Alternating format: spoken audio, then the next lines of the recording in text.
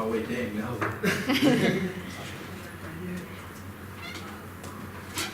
Just hit the back part, yeah.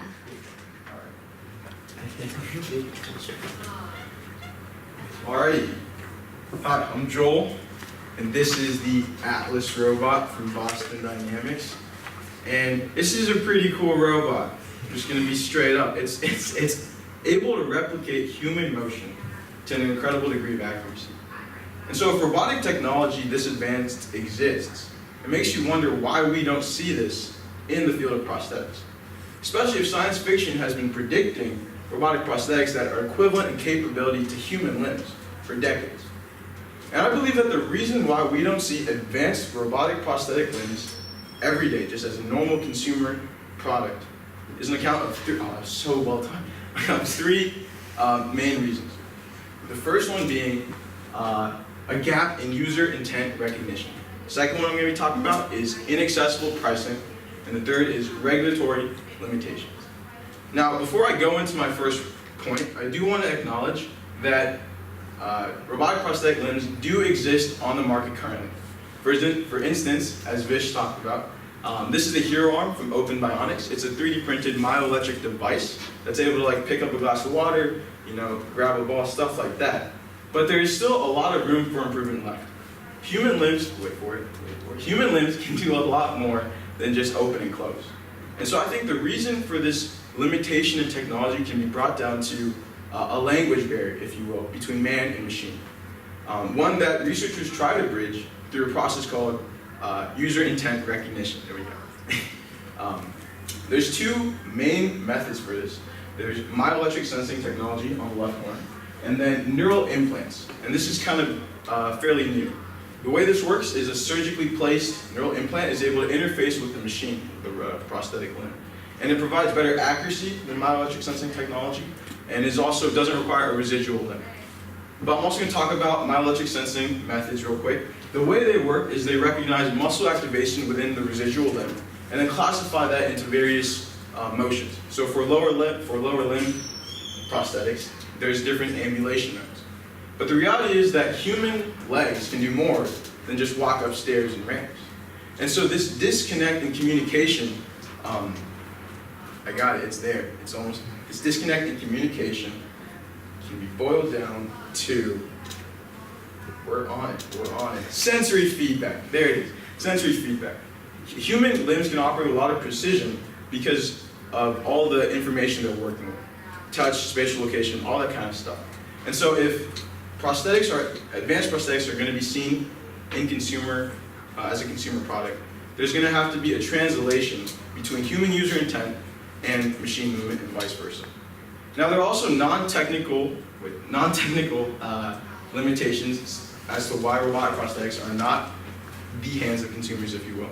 And so, as Google Glass proved, impressive technology alone does not guarantee success. Society freaked out by Big Brother on people's faces. And in the same way, robotic prosthetics are also going to have to overcome societal and economic limitations or hurdles. I'm going to be focusing on economics, specifically pricing, for this presentation. And so, while affordable robotic prosthetic limbs do exist, the future is neural implants. And these do not currently exist on the market. This Johns Hopkins University robotic arm, which utilizes a neural implant, costs $500,000. That's equivalent to 10 Tesla Model S cars. And it's a pretty raw deal to ask an amputee to pay an arm and a leg for just an arm. And so, what's the solution? I believe that the only way around this is for it to get cheaper. I know that's kind of obvious and blunt, but there's really just no way around that. In order for this product to help the target demographic, technology has to get cheaper to produce and fall into the affordable price range for people with amputees. And I'm confident that in time, this can happen. If history's proven anything, we got it, we're in it. It's more of a question of ability and not time.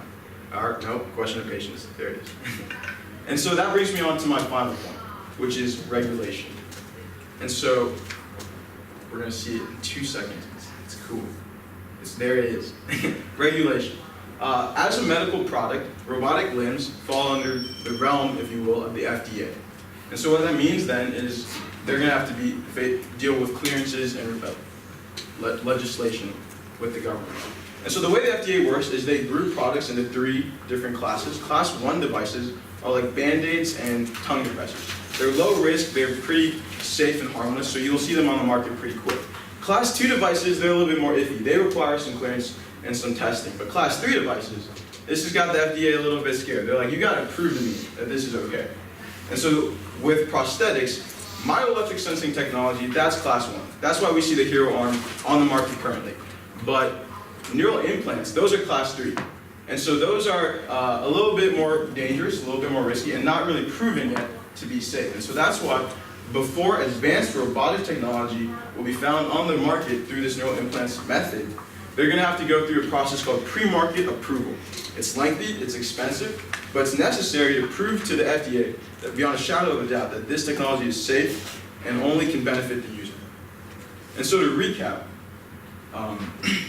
before advanced robotics technology can be utilized in prosthetics and integrated into society, they're going to have to bridge the gap between users and technology to make the user intent recognition process seamless, and do that at an affordable price and legally distributed.